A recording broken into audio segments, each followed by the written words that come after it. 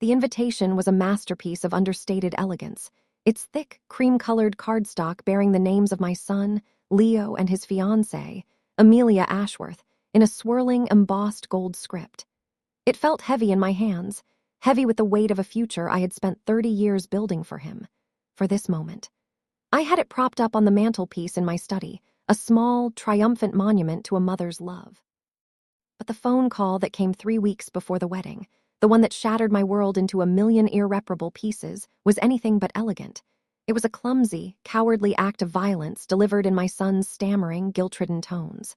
"Mom," he'd said, his voice thin and stretched, "we need to talk about the wedding." And in that moment I knew, a mother always knows. They thought they were just rescinding an invitation. They had no idea they were signing a declaration of war. A war they were not prepared to fight, against an enemy they had so foolishly underestimated. Before we continue, please subscribe to our channel and tell us in the comments what you think the ultimate revenge should be. My life, for as long as I could remember, had been a series of carefully executed architectural plans. I was Katherine Sterling, a name that carried weight in the world of design and construction. I built things that lasted, soaring glass skyscrapers that redefined city skylines, and quiet, elegant homes that held the lives of families within their walls. I built my career from the ground up, a woman in a man's world, armed with a drafting pencil, a relentless work ethic, and a vision that saw not just what was, but what could be. But my greatest project, the one I had poured my heart, my soul, and every spare dollar into, was my son, Leo. After his father, a brilliant but reckless artist, had died in a car crash when Leo was just 5, it had been just the two of us. I was both architect and builder of his life, laying a foundation of love and sacrifice, and then erecting a scaffolding of opportunity around him. The best schools, the tutors, the international summer camps, the Ivy League education. I didn't just give him the world. I designed it for him, and then I built it with my own 2 hands. When he told me he wanted to start his own ethical investment firm, I didn't just encourage him. I liquidated a portfolio of stocks I had been saving for my own retirement and became his first and only investor. I gave him $2 million, not as a loan, but as a gift. My belief in him was the one blueprint I never questioned, and he had succeeded beyond my wildest dreams. His firm, Sterling Ashworth Capital, was the talk of the financial world. He was brilliant, handsome, and now incredibly wealthy. The Ashworth had been added to the company name 6 months ago, a strategic move made when he became engaged to Amelia Ashworth, the sole heir to one of the country's oldest and most powerful banking dynasties. The Ashworths were not just wealthy, they were an institution. They moved in a rarefied world of generational trusts, philanthropic boards, and a social power so absolute it was never spoken of, only understood. When Leo first brought Amelia home to my sprawling, modern house on the coast, a house I had designed and built myself, I saw the subtle shift in him. He looked at my home, a place he had always called his sanctuary, through her eyes. He saw the comfortable, lived-in luxury not as a sign of success, but as a quaint, middle-class relic. Amelia was polite, of course. Her breeding demanded it. She was a creature of exquisite, icy perfection, from her flawless skin to her carefully modulated voice. She complimented my art collection, but her eyes held the cool, appraising gaze of an auctioneer, calculating its market value rather than appreciating its beauty. I had tried. God, how I had tried. I hosted an engagement party for them, a lavish affair in my garden overlooking the ocean. I invited all my friends, my colleagues, the people who had watched Leo grow up. The Ashworths arrived late and left early. Amelia's mother, a formidable woman named Alina who looked as if she had been carved from a block of Arctic ice, surveyed my home and my guests with a look of faint, anthropological curiosity, as if she had stumbled upon a previously undiscovered, and not particularly interesting, tribe. She made a point of mentioning that their wedding would be a much more intimate affair. "Just family," she'd said, her smile never reaching her cold, gray eyes.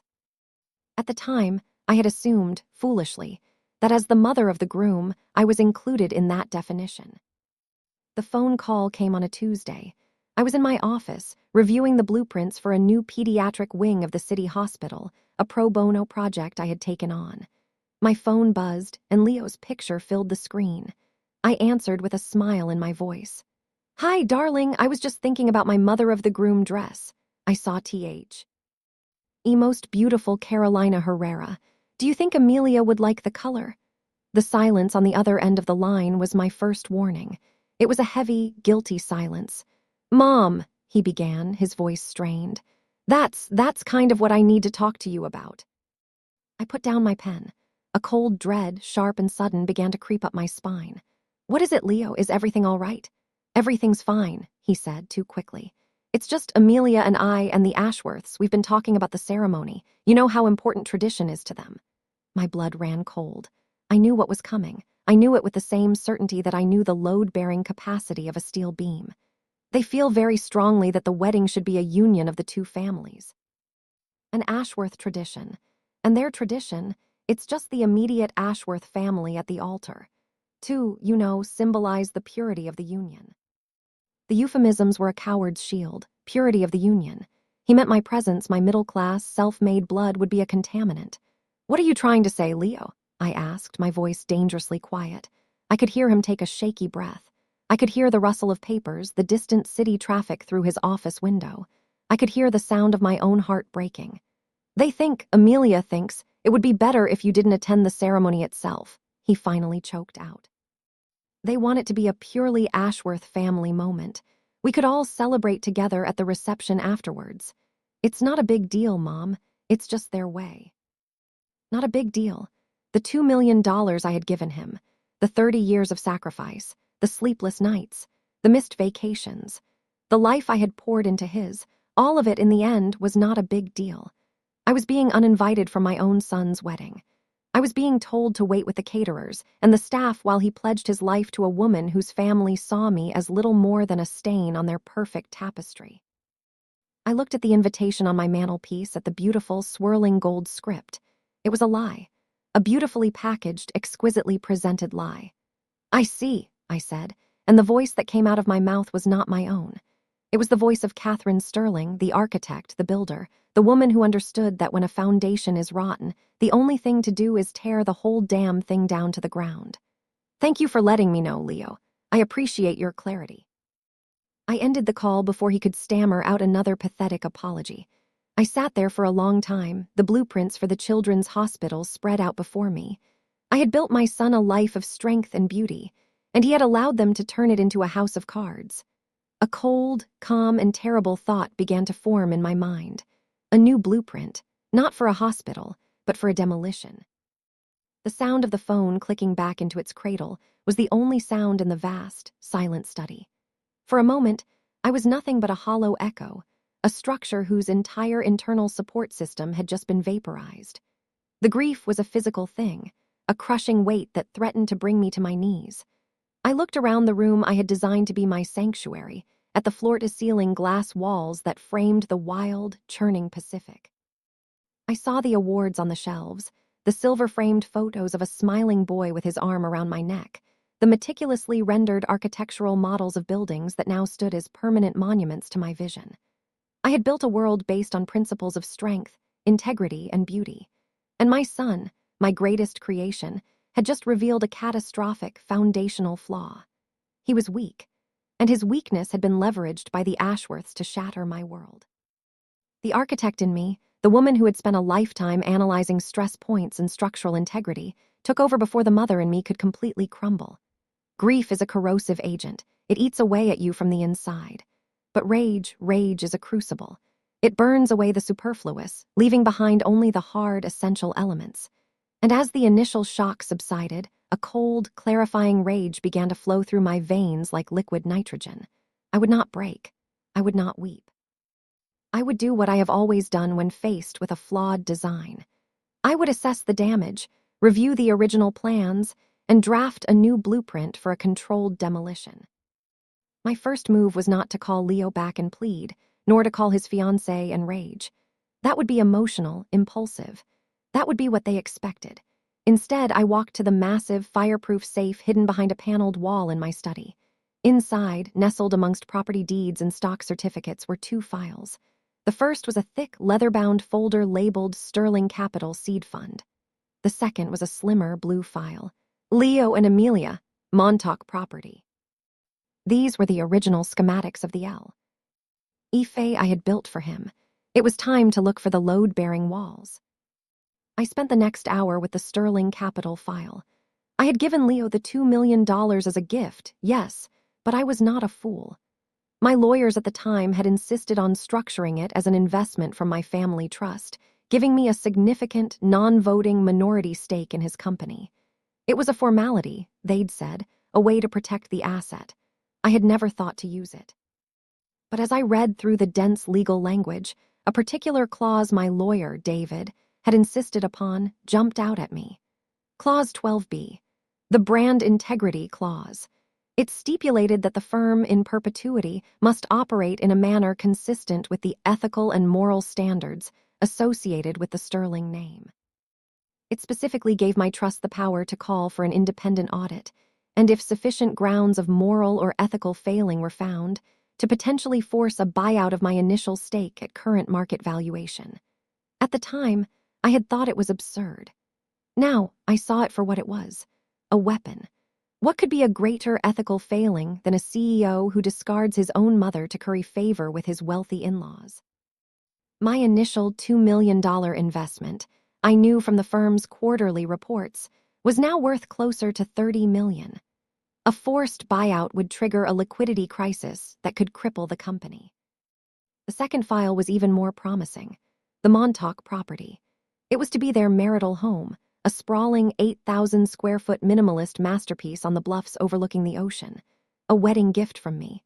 I had poured 6 months of my life into designing it, waiving my firm's substantial 7-figure fee. I had personally supervised the construction, ensuring every detail was perfect. As I unrolled the master blueprints across my vast drafting table, I felt a fresh stab of pain. I had designed a nursery with a view of the sea. I had imagined my future grandchildren playing there. Now, that dream was just another casualty, but my pain was quickly eclipsed by a surge of strategic adrenaline.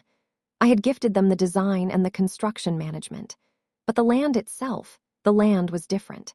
It had been bought by my husband, Robert, decades ago, a wild, beautiful piece of coastline he had loved. I had transferred the deed into a land trust for Leo as part of the gift. I pulled up the trust documents on my computer, and there it was. My name, Katherine Sterling, was listed as the sole lifetime trustee.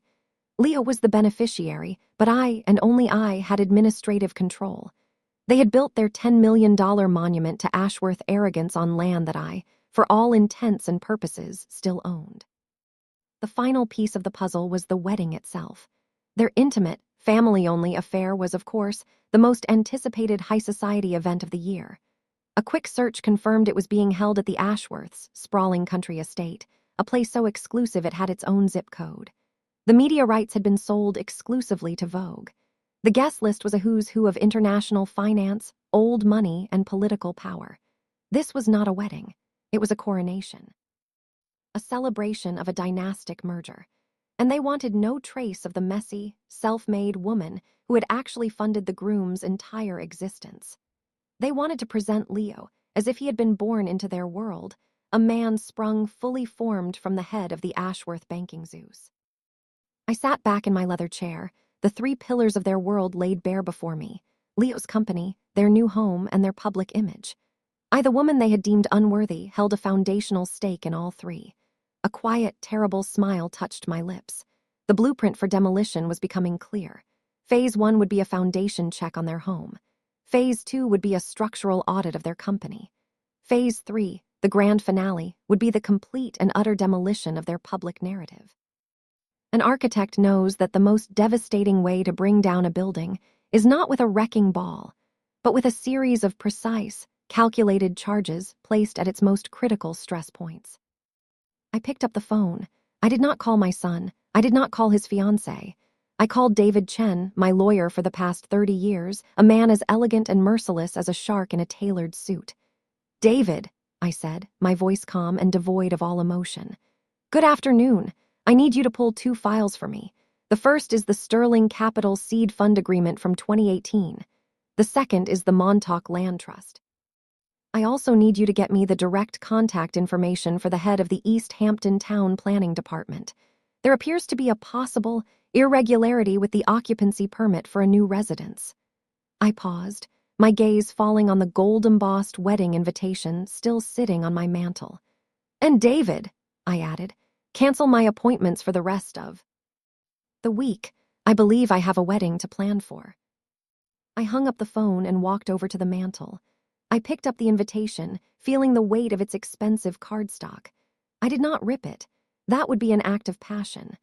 My actions now would be governed by logic, by strategy, by the cold, beautiful mathematics of revenge.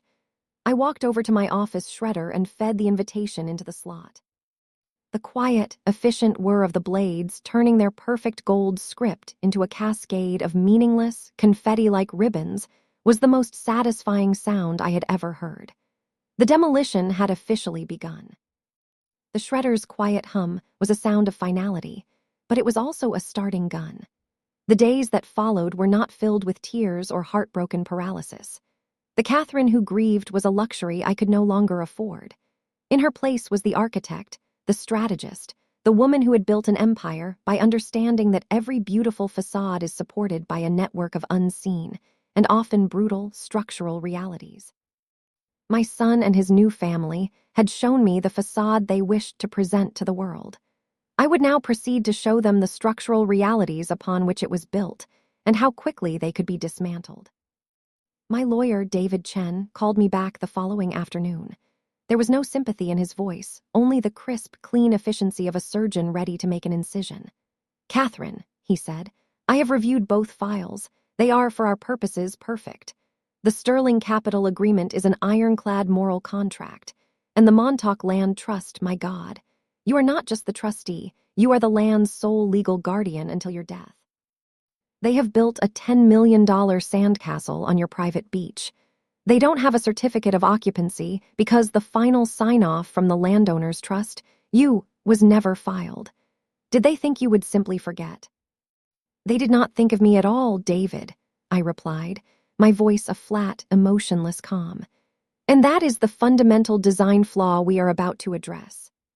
"Consider it addressed," he said. "I have already dispatched a courier to the East Hampton Planning Department. The letter, sent on behalf of the Sterling Family Land Trust, formally notifies them of significant, unresolved concerns regarding land use, environmental impact, and final construction integrity. I have requested a full, indefinite administrative hold on the issuance of any and all permits, including the certificate of occupancy, pending a multi-month review by my client's engineering team. The house is, as of this afternoon, legally uninhabitable." I felt a cold, clean wave of satisfaction. This was not a messy, emotional act. This was a legal maneuver of devastating precision. I knew that the movers were scheduled to arrive at the Montauk mansion in 3 days. I knew that Amelia had already planned a housewarming party for the weekend after, a pre-wedding celebration for their innermost circle. I knew that the caterers had been booked, the floral arrangements ordered. And now, I knew that their perfect house was nothing more than a beautiful, useless, and legally off-limits box. The call from Leo came 48 hours later. It was not a stammering, guilty call like the last one. It was a roar of pure, panicked fury, the sound of a man whose perfect world had just been shattered by a force he couldn't comprehend. "Mom, what the hell did you do?" he shouted into the phone, his voice cracking with rage. "I'm standing here in Montauk with a fleet of moving vans, and there's a stop work order slapped on the front gate. The town supervisor just called me, babbling about land trusts and permit holds from your lawyer. Our certificate of occupancy has been blocked. We can't move in. Amelia is having a complete meltdown. You need to fix this right now." I let the torrent of his rage wash over me, and I felt nothing. I was no longer his mother in that moment. I was a structural engineer, listening to a client complain about a building that had failed a stress test. "A hold on the certificate of occupancy," I said, my voice infused with a tone of mild, professional concern. "That sounds very serious, Leo. There must be a significant issue with the property. I hope your builders didn't cut any corners." "Don't play dumb with me," he screamed. "The town said the complaint came from you, from the Sterling Family Land Trust. They said you were the trustee. You never told me that." "Didn't I?" I asked, a rhetorical question of pure ice. It was in the trust documents I gave you. Perhaps you were too busy planning your future to read the fine print. As the lifetime trustee of that land, Leo, I have a profound fiduciary duty to ensure that any structure built upon it is sound and meets all possible standards. My engineers have raised some concerns. I cannot, in good conscience, sign off on the final permits until a full review has been completed. Concerns? What concerns? He demanded, his voice dropping to a hiss of disbelief. You designed it yourself. You were at the site every week. There are no concerns. Ah, but there are, I replied, my tone unwavering. My primary concern is that the intended occupants of the house have shown a shocking lack of moral and ethical integrity. And a structure, no matter how beautiful, is only as sound as the character of the people who inhabit it. You and your fiancé have failed your character inspection. There was a long, stunned silence on his end of the line. The reality of what was happening was finally dawning on him. This was not a bureaucratic error. This was a targeted, deliberate act of war. This is because of the wedding, he finally whispered, his rage replaced by a dawning horror. You're doing this to punish me. Punish you? I said, allowing a small, sharp laugh to escape my lips. Leo, don't be so dramatic. This is simply a matter of business. The Ashworths are a family that understands business. Surely they'll understand that a trustee has responsibilities. You wanted a purely Ashworth family affair? Well, you are now experiencing a purely Sterling family business decision. I paused, letting the words sink in. I'm sure you and Amelia will be perfectly comfortable at the Ashworth estate while this is all sorted out. It might take 6 months, perhaps a year. These reviews can be very complex. You wouldn't want me to rush my fiduciary duty, would you? I could hear Amelia's shrill, hysterical voice in the background, demanding to know what was happening. I could hear the veneer of their perfect, controlled world cracking right down the middle. This was more than an inconvenience. It was a public humiliation. The news that the Golden couple's brand new, much-publicized mansion was legally uninhabitable due to a dispute with the groom's own mother would rip through their social circle like a wildfire. The Ashworths, a family that never had messy problems, now had a very public, very vulgar one. The Vogue spread, which was meant to feature them in their new home, would have to be reconceived. The housewarming party was, of course, cancelled. The first charge had detonated flawlessly. You can't do this to me, Leo said, his voice now a desperate, pleading whimper. He had cycled from guilt to rage to horror and now landed on pathetic begging. It was a disgusting display. I'm not doing anything to you, Leo, I said, my voice as cold and hard as polished granite. I am simply protecting my assets and my family's name, the name you were so eager to share with the Ashworths. It seems you forgot that the Sterling in Sterling Ashworth capital actually stands for something. I took a breath and delivered the final killing blow. Now, if you'll excuse me, I have a children's hospital wing to design. Some projects are actually worth my time. Goodbye. I hung up the phone, cutting off his pathetic, sputtering reply.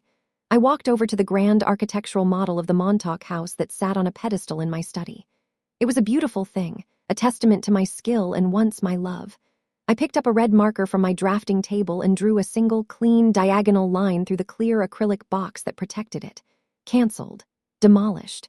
The first pillar of their proud, arrogant world had fallen, and I was just getting started. The silence that followed my first strike was profound, but it was not a silence of peace. It was the tense, electric quiet of an army regrouping after a shocking and unexpected blow. I knew the Ashworths, a dynasty built on hostile takeovers and ruthless negotiation, would not simply accept this public humiliation. They would not plead. They would not apologize. They would escalate. My son, Leo, was now a pawn in their game, his voice silenced, his will subsumed by the monolithic power of their family. The next communication, I knew, would come from the king himself. It arrived 3 days later, not as a phone call, but as a formal, hand-delivered letter on stationery so thick and heavy it felt like a stone tablet. The message was brief, stripped of all pleasantries, a command masquerading as an invitation. A meeting is required to discuss the ongoing real estate and familial complications. My office. Friday at 10 a.m., it was signed simply Marcus Ashworth. It was a summons to the lion's den, an attempt to reassert his dominance by forcing me onto his territory. I smiled.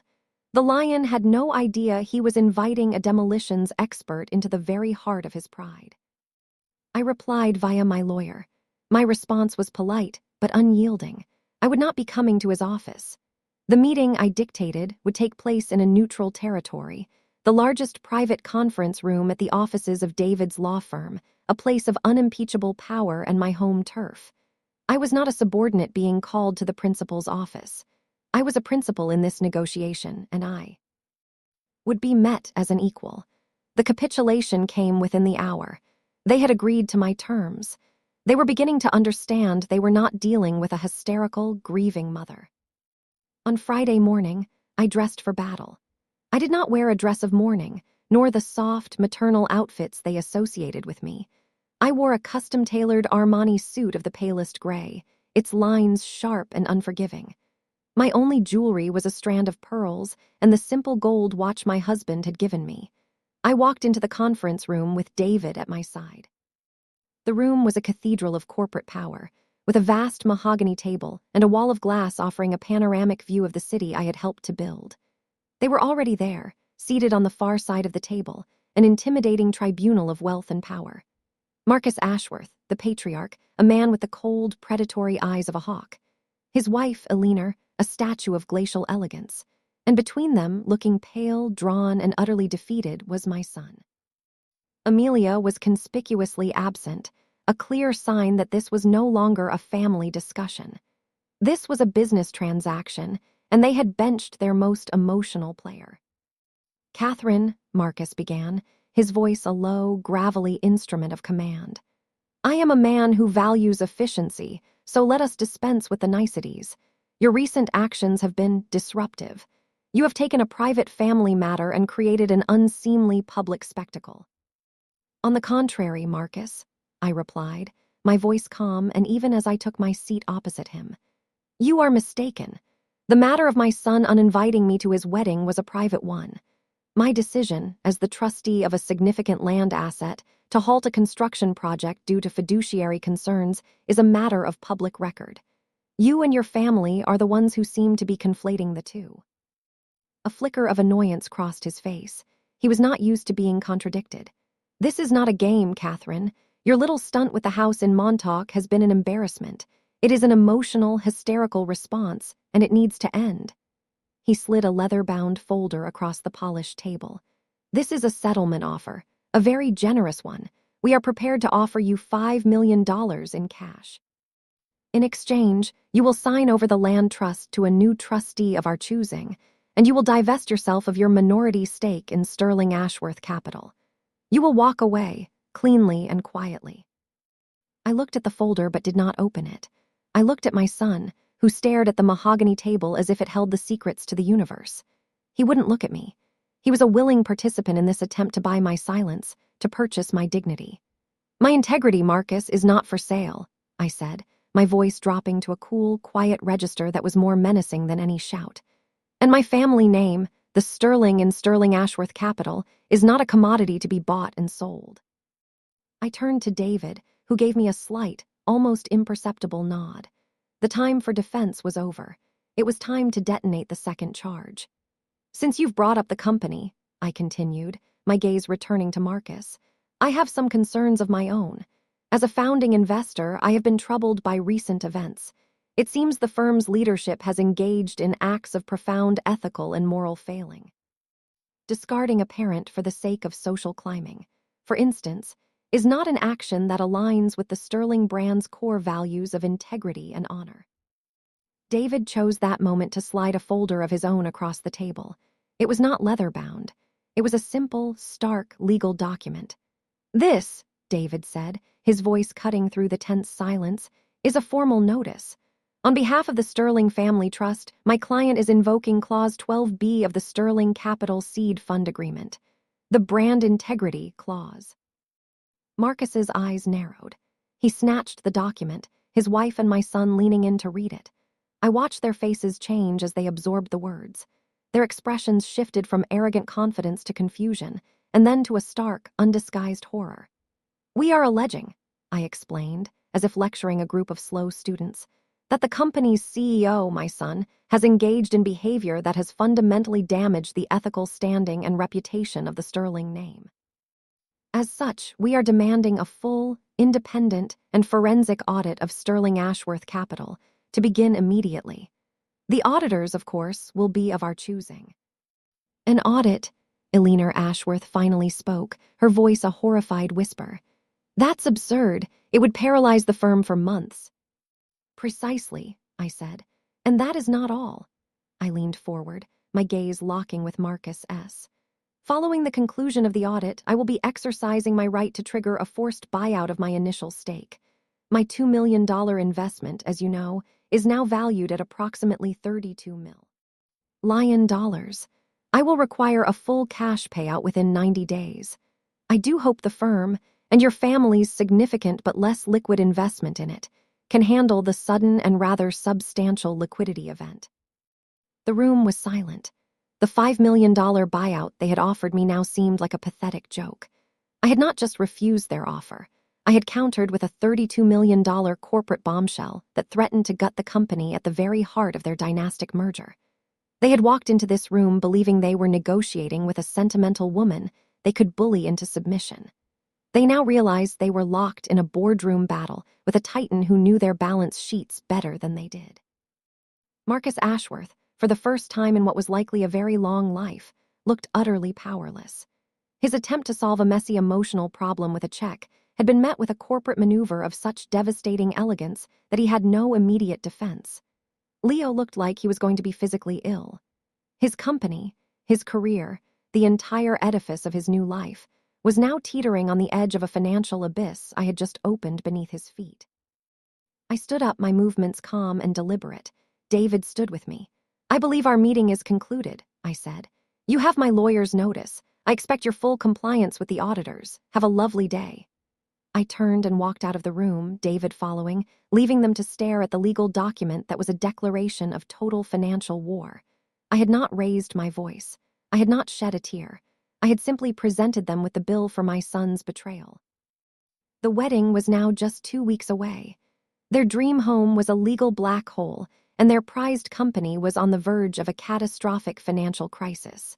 Their perfect world was beginning to burn, and I was the one holding the match. In the aftermath of a controlled demolition, the most dangerous element is the dust. It settles everywhere, obscuring the new landscape, choking the air with the fine particulate of what once was. After the meeting in David's office, a thick, choking dust of silence settled over my life. There were no more frantic calls, no more letters of summons. There was only the grim, grinding sound of the legal machinery I had set in motion. My strategy, now that the charges had been set, was to simply wait. The pressure I had applied was not explosive. It was hydraulic. It was designed to slowly, inexorably, crush the foundations of their arrogant world. I returned to my own life. I threw myself into the designs for the children's hospital wing, finding a clean, honest solace in creating a place of healing. To any outside observer, I was simply Katherine Sterling, the architect, a woman at the peak of her profession. No one could see the cold, patient resolve in my heart, the mind of a general watching the slow, inevitable advance of her armies. David provided updates with the efficiency of a field commander. The auditors, a notoriously ruthless firm I had handpicked, had descended upon Sterling Ashworth Capital. As predicted, they were met with a wall of legal resistance. The Ashworths, lawyers filed motion after motion to limit the scope of the audit, to delay the release of documents. But the brand integrity clause was an ironclad legal battering ram. Every motion was denied. The audit proceeded. The process was costing the Ashworths hundreds of thousands of dollars a week in legal fees alone, a slow, steady bleed of the capital they held so dear. Worse, news of a forced forensic audit on a prominent investment firm had begun to leak into the financial press. The stories were vague, citing only shareholder disputes, but the damage was immediate. Investors grew nervous. Clients began to pull their portfolios. The golden reputation of Sterling Ashworth Capital was beginning to tarnish, and the Ashworths, for the first time in their dynastic history, were experiencing the unfamiliar stench of public doubt. The true sign of their desperation, however, came not through their lawyers, but through their weakest link. A week after our boardroom confrontation, Leo appeared, unannounced, at the security gate of my coastal home. My housekeeper informed me of his presence, her voice laced with disapproval. I told her to send him away. An hour later, he was at the security desk of my downtown office. I told my assistant I was in a meeting and would not be available today or any other day. Finally, that evening, as I was leaving my office, he was there, waiting on the rain-slicked pavement by my car. He looked like a ghost. His expensive suit was wrinkled, his face was pale and gaunt, and the arrogant confidence he had worn like a second skin was gone, replaced by the raw, hunted look of a man who knows he is trapped. "Mom, please," he began, his voice hoarse as I approached. "You have to talk to me." I stopped, my car keys in my hall. And looked at my son, the man I had created and who had, in turn, tried to erase me. "We have nothing to talk about, Leo," I said, my voice as cold and hard as the steel skeletons of the buildings around us. "You have to stop this," he pleaded, his voice cracking as he took a step closer. "The audit, it's a nightmare. Marcus is furious. He's talking about invoking a reverse morality clause against me, dissolving the partnership and suing me for gross mismanagement. Amelia, she won't even speak to me. She's staying at her parents' estate. They're saying this is all my fault, that I brought a liability into the family." The irony was so bitter it was almost laughable. I was the liability. Not their greed, not their arrogance, but me. "It sounds like you are having a difficult time," I said, my voice devoid of sympathy. "Perhaps you should have considered the structural integrity of your new family before you merged with them." "I'm sorry," he cried, the words torn from him, a raw, desperate sound in the city night. "Okay, I am so sorry for the wedding, for everything. I was a coward. I was weak. I made a terrible mistake. But please, Mom, you've made your point. You've won. Just call it off before I lose everything." I looked at him, at his tear-streaked, desperate face, and for a fleeting moment the mother in me felt a pang of something akin to pity. But the architect saw the truth. This was not remorse. This was damage control. He was not sorry for what he had done. He was sorry for what he was losing. "This is no longer about a wedding invitation, Leo," I said softly. "That was just a symptom of a much deeper disease, a lack of character. A breach of trust so fundamental that it cannot be fixed with a simple apology. You don't get to burn down a cathedral and then say you're sorry when you're standing in the ashes." "Then what do you want?" he begged. "What will it take to make this stop?" I had not planned to give him terms. I had planned to let the demolition proceed to its inevitable conclusion. But looking at him then, I saw the path to a victory more complete than mere financial ruin. "You want this to stop?" I asked. "Fine, there is one way. It is not a negotiation. It is a statement of fact. You will call your fiancée and her father. You will inform them that unless the following 3 conditions are met, I will not only proceed with the buyout, but I will also personally fund a lawsuit against the firm for emotional and reputational damages. The conditions are these. 1. I will be attending the wedding ceremony, and I will be seated in the front row. 2. A public statement will be issued to the same financial journals that are now reporting on your troubles, stating that the audit was the result of a private family misunderstanding that has been amicably resolved, and that I, Katherine Sterling, remain a fully committed and valued partner in the firm. 3. I paused, letting the final, most impossible condition hang in the air. At the reception during the toasts, you, Leo, will stand up, and you will make a speech. And in that speech, you will tell the assembled guests, all of your new, powerful friends, the truth. You will tell them that your company was founded on $2 million of your mother's retirement savings. You will tell them that the house in Montauk was a gift designed and built by me. You will tell them that your entire life, your entire success, is a direct result of the sacrifice and unwavering belief of the woman you so foolishly tried to cast aside. You will give me the credit I am due. Publicly. Unequivocally. He stared at me, his face a mask of pure horror. He knew, as I did, that the Ashworths would never, ever agree to such a public display of their own humiliation. They would rather burn the company to the ground. "They'll never do it," he whispered. "You know that. Marcus would rather die." "That is his choice," I said. "But you are my son, and this is your last chance to prove it." And that's when the final betrayal came, the last rotten timber in his character giving way. He looked at me, his desperation curdling into something ugly and resentful. "Why are you like this?" he spat, his voice dripping with a venom I had never heard from him before. "So obsessed with credit, with your name, with your own success. It was never just about helping me, was it? It was always about what it made you look like. That's why they didn't want you there. That's why I didn't want you there. Because you're not like them. You're not old money, you're not one of them. You're just a builder, a glorified contractor who got lucky, and I was ashamed to be your son." The words, meant to be the ultimate weapon, the final, killing blow, had the opposite effect. They did not hurt me. They freed me. In that one ugly, honest confession, he had severed the last, lingering thread of maternal sentiment I had for him. The pity I had felt vanished, burned away by the clean, white-hot fire of his contempt. He was not just a coward. He was a snob. He had not just been manipulated. He had been a willing participant in his own mother's humiliation. I looked at him, at this stranger wearing my son's face. "Thank you, Leo," I said, my voice serene. "You have finally given me the one thing I was missing, absolute clarity." I got in my car and closed the door, the solid, expensive thud a sound of finality. He stood on the pavement, his face contorted in a mask of impotent rage and dawning regret as I drove away. The meeting was over. My son had made his final choice.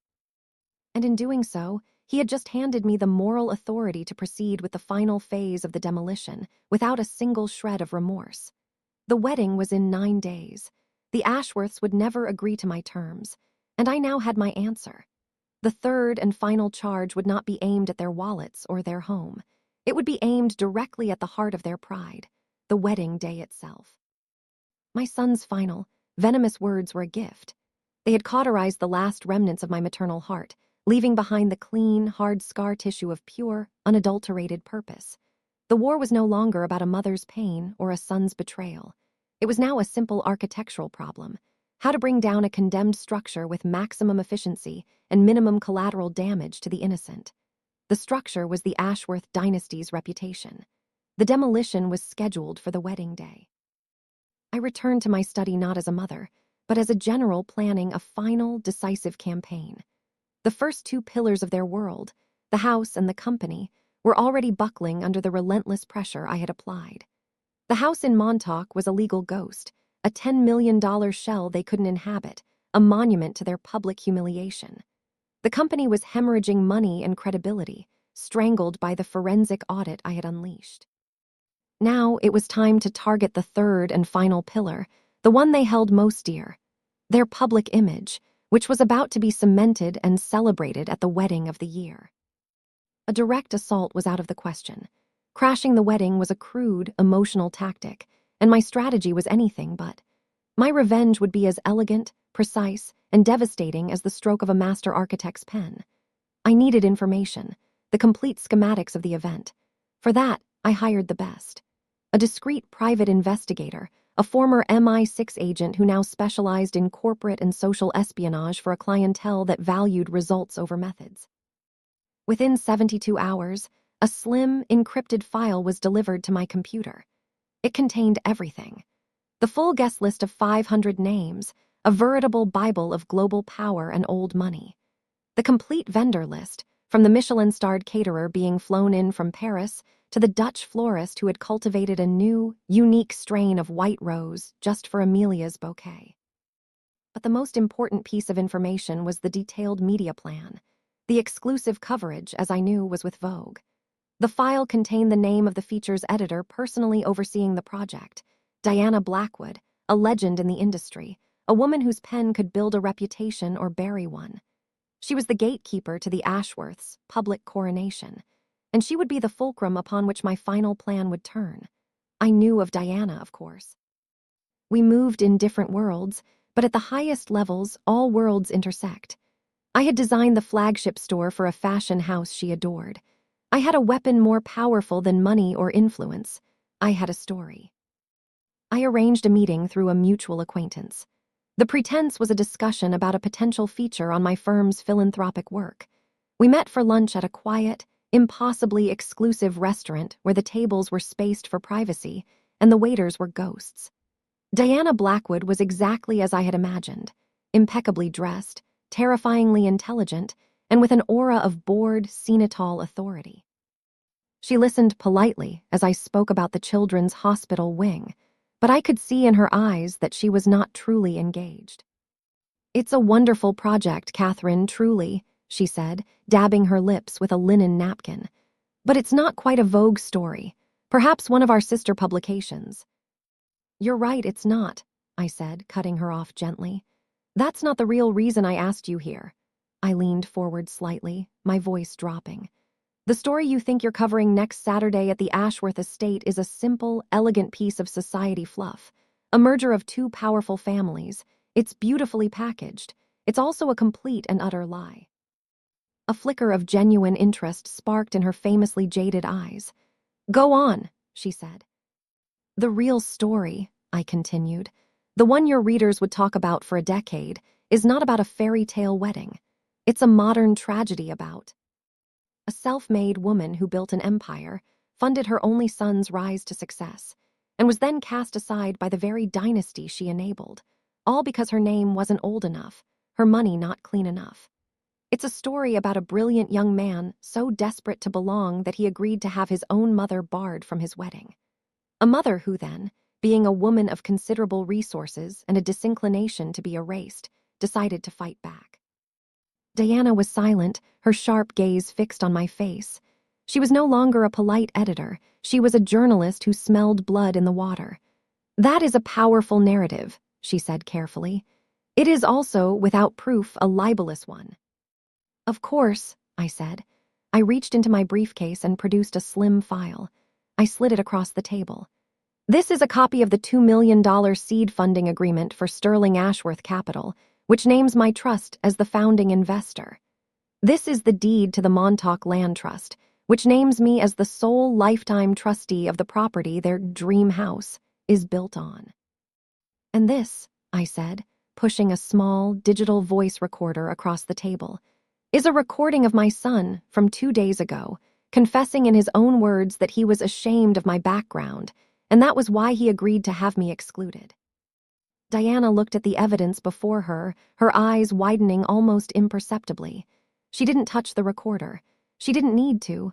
She knew she was sitting on the biggest social scandal of the decade.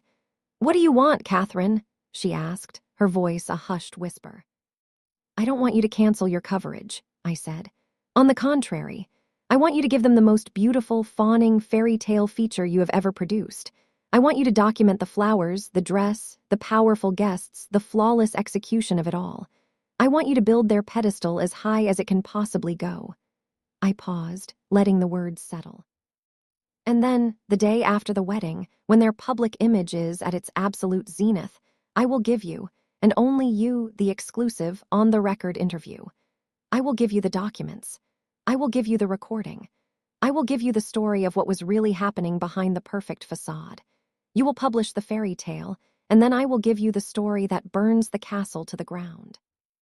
Or," I added with a small, cold smile, "you could pass on all this, and I could have this same lunch with your chief rival at Vanity Fair tomorrow. The choice, of course, is yours." Diana Blackwood stared at me for a long moment, a slow, predatory smile spreading across her face. She was not just a journalist, she was a connoisseur of power, and she recognized it when she saw it. "Katherine Sterling," she said, a new, profound respect in her voice. "You are a truly remarkable woman." She slid the file and the recorder back across the table to me. "I won't be needing those, for now. My team will be at the wedding, as planned, and my private line will be open all day Sunday. I look forward to reading your story, and then I look forward to writing it." I left the lunch and walked out into the bright afternoon sun, a sense of absolute, final victory settling over me. I had not just planned a demolition. I had hired the most acclaimed architect in the world to document the building's beauty just before the charges were detonated, ensuring the whole world would be watching when it fell. The wedding was 1 week away. The Ashworths were still frantically trying to manage the fallout from the house, and the company, completely oblivious to the media atom bomb I had just armed and placed directly at the center of their celebration. They were walking into their greatest triumph, never suspecting that they were actually walking onto a stage I had set, for a play whose tragic final act I had already written. The 9 days leading up to the wedding were a masterclass in strategic silence. Having deployed my forces to attack their foundational pillars of property and commerce, my final and most powerful weapon, the truth, was now armed and aimed directly at the heart of their reputation. My work was done. All that was left was to watch the inevitable, inexorable chain reaction I had set in motion. I went about my life with a serene, almost detached calm. I attended board meetings. I finalized the schematics for the hospital wing. I had quiet dinners with old friends. To the outside world, I was a woman at peace. But internally, I was a field marshal on the eve of a great battle, every sense attuned to the subtle tremors that signaled the enemy's growing panic. The tremors came through David. The Ashworth's legal team, after a week of furious but futile attempts to block the audit, had gone completely quiet. They were no longer fighting. They were in a state of strategic paralysis, hemorrhaging money and prestige with every passing day. The financial press was now openly speculating about a hostile internal takeover at Sterling Ashworth Capital, and several key clients had publicly moved their assets to rival firms. The company was not just bleeding, it was dying. Their perfect dynastic merger was turning into a catastrophic liability. I knew they would have to make a move. They were cornered animals, and a cornered animal is at its most dangerous. The move came 3 days before the wedding. It was not a legal filing or a corporate maneuver. It was something far more insidious, cloaked in the finery of civility. I received a handwritten note delivered by a private courier. The envelope was thick, cream-colored, and bore the Ashworth family crest. The handwriting inside was an elegant, looping script. It was from a leaner Ashworth. It was an invitation to tea. "Dear Katherine," it read, "amidst this unfortunate turmoil, I feel strongly that two mothers should speak. Perhaps we can find a path to peace for our children's sake. My private suite at the Carlisle, tomorrow at 3. It was a perfectly crafted performance of grace and reason, an olive branch extended from one matriarch to another. It was also, I knew, a trap. They were abandoning the battlefield of law and commerce, where I had proven myself their superior, and were attempting to lure me onto their preferred terrain, the subtle, treacherous landscape of social manipulation. I accepted immediately. I was not afraid to walk into her trap. I was, after all, the one who had designed the maze. The Carlisle Hotel suite was a study in opulent, soulless perfection. It was decorated in shades of beige and gold, with not a single personal item or photograph to mar its sterile beauty. Eleanor Ashworth was waiting for me, seated on a silk sofa, a silver tea service gleaming on the table before her. She was the picture of refined elegance, her grief-stricken mother-of-the-bride performance already underway. She rose as I entered, her face a mask of carefully constructed sorrow. "Katherine," she said, her voice a low, conspiratorial whisper as she took my hands in her cool, dry ones. "Thank you for coming. This has all been a terrible, terrible misunderstanding." For the next 20 minutes, she gave a virtuoso performance. She spoke of the pressures of tradition, the rigid expectations of a family like ours. She blamed overzealous wedding planners, the stress of the event, and her husband's unyielding nature for the poorly communicated decision regarding the ceremony. She painted a picture of my son, Leo, as a man tortured by his love for me and his duty to his new family. "He is utterly miserable, Katherine," she said, a single, perfect tear tracing a path down her powdered cheek.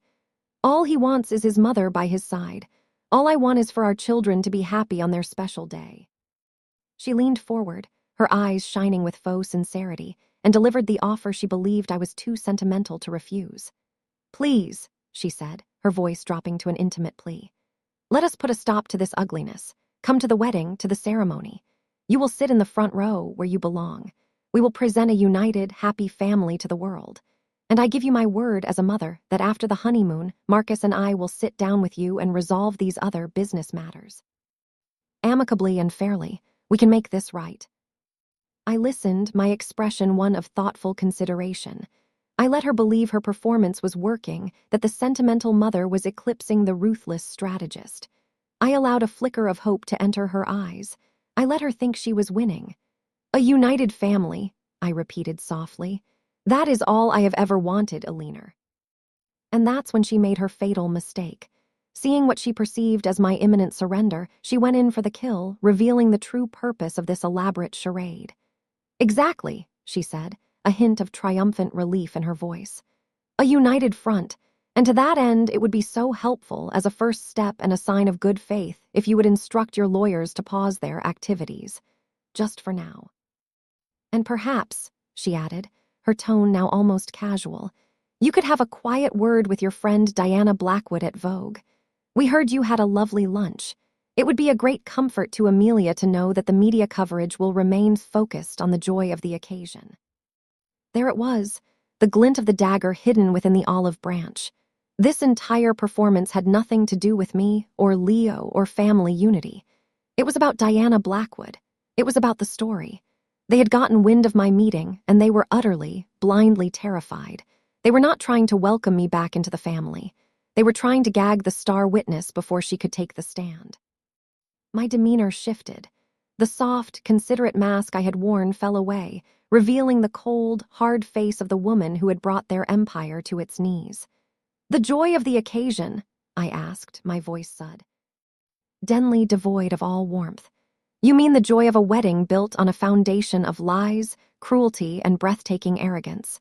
Is that the joy you wish to preserve, Alina?" Her smile faltered, the warmth in her eyes freezing over. She knew in that instant that she had failed. "I don't know what you're talking about," she stammered. "Oh, I think you do," I said, leaning forward. "Thank you for your performance. It was truly inspired. But let us dispense with the fiction. You do not want me at your daughter's wedding. You are terrified of me, and more specifically of what I am going to say after the wedding. You are not offering me a seat in the front row. You are offering me a bribe for my silence. And my silence, Alina, is not for sale." I stood up, the meeting over. "For the sake of clarity, let me inform you of what happens next. The wedding will proceed.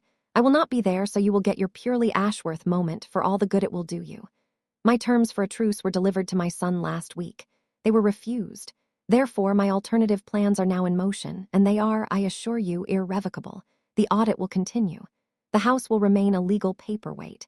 And the story, the real story, now belongs to Diana Blackwood." Alina's face was a mask of pure, unadulterated hatred.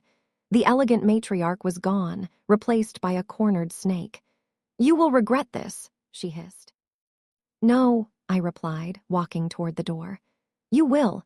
You have spent a lifetime curating the perfect image, building a fortress of wealth and reputation. But you forgot one of the first rules of architecture. A fortress is only as strong as its weakest point.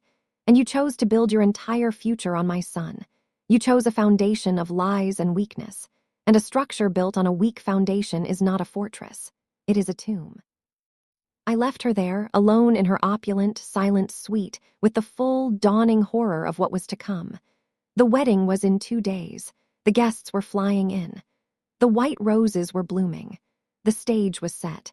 And the curtain was about to rise on the greatest and most public demolition of my career. The day of the wedding arrived, a perfect, sun-drenched Saturday in June. The society pages would later describe it as a flawless fairy tale affair.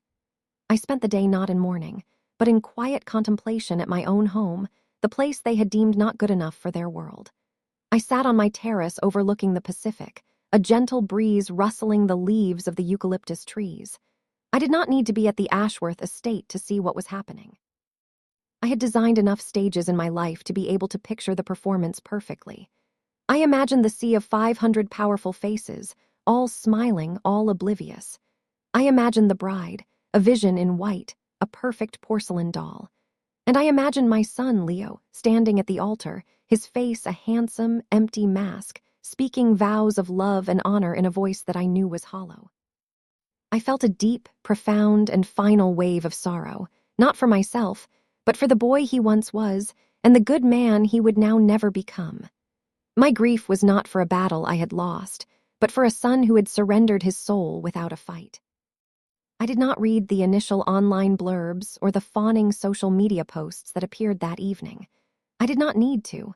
I knew that Diana Blackwood and her team would be documenting every perfect, beautiful, fraudulent moment.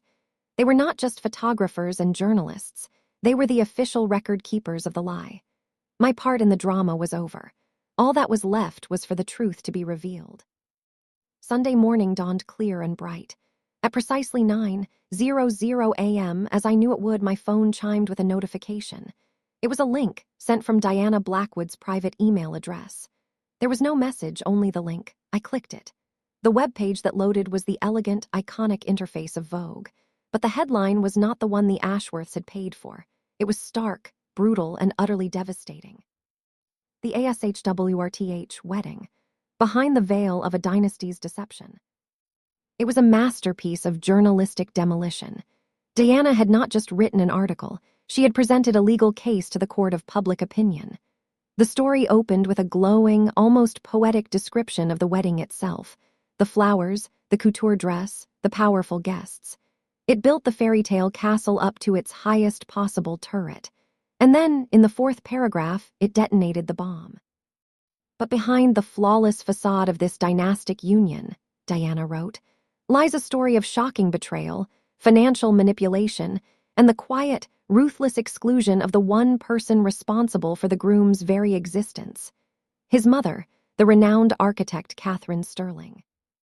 What followed was a meticulous, irrefutable account of the entire affair.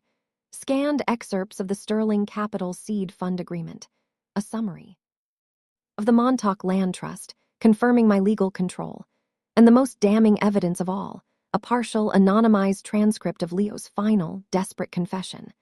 "I was ashamed to be your son," the quote read, attributed only to a source close to the family. Diana had laid the truth bare for their entire world to see. She painted a portrait of a powerful, self-made woman who had been cast aside by an arrogant dynasty, and of a son who had traded his integrity for a place at their table. The story was not just a scandal. It was a modern epic, and it went viral in a matter of minutes. The fallout was immediate and catastrophic. It was a social media mushroom cloud that obliterated the Ashworths' carefully curated world. By noon, the story was the #1 trending topic globally. Every major news outlet had picked it up. The fawning comments on the wedding posts turned to a torrent of disgust and condemnation. The 500 powerful guests who had toasted the happy couple just the day before were now frantically trying to distance themselves from the scandal. The Ashworth name, once a symbol of unimpeachable power, was now synonymous with cruelty and deceit. The financial consequences were just as swift. On Monday morning, when the markets opened, the few remaining institutional investors in Sterling Ashworth Capital pulled their assets. The firm, already crippled by the audit, collapsed. It was insolvent by lunchtime. The dynastic merger had ended in a complete and total financial annihilation. The marriage, of course, was over before it began. A union built on a foundation of lies could not withstand the harsh glare of the truth. I read, weeks later in a gossip column, that Amelia had filed for an annulment before the ink on their marriage certificate was even dry. I took no joy in their destruction. My victory was a somber, hollow thing. I had not wanted to ruin my son, I had wanted him to be a better man. But he had made his choice, and the laws of cause and effect, much like the laws of physics that govern my buildings, are immutable. I proceeded with the forced buyout, not of a thriving company, but of its liquidated assets. After the lawyers and the auditors took their share, my final claim was just over $30 million. It felt like blood money. The final scene of this story does not take place in a boardroom or a courtroom. It takes place 6 months later, at a windswept, sunny construction site. It is the dedication ceremony for the Katherine and Robert Sterling Pediatric Care Wing of the City Hospital. The building is beautiful, full of light and hope, a place I designed to heal the most vulnerable. At the ceremony, I announced my final act in this drama. I had used the full $32 million from the liquidated remains of my son's company to create a new, perpetual charitable foundation in my late husband's name, dedicated to funding medical care for children from low-income families. I had turned the ashes of their world into a legacy of healing. I had taken the money I had given my son in love, which he had squandered in his weakness, and I had transformed it finally into something pure and good. I have not heard from Leo. I do not know where he is. But sometimes I hope that he, like the rest of the world, read the story of the hospital wing.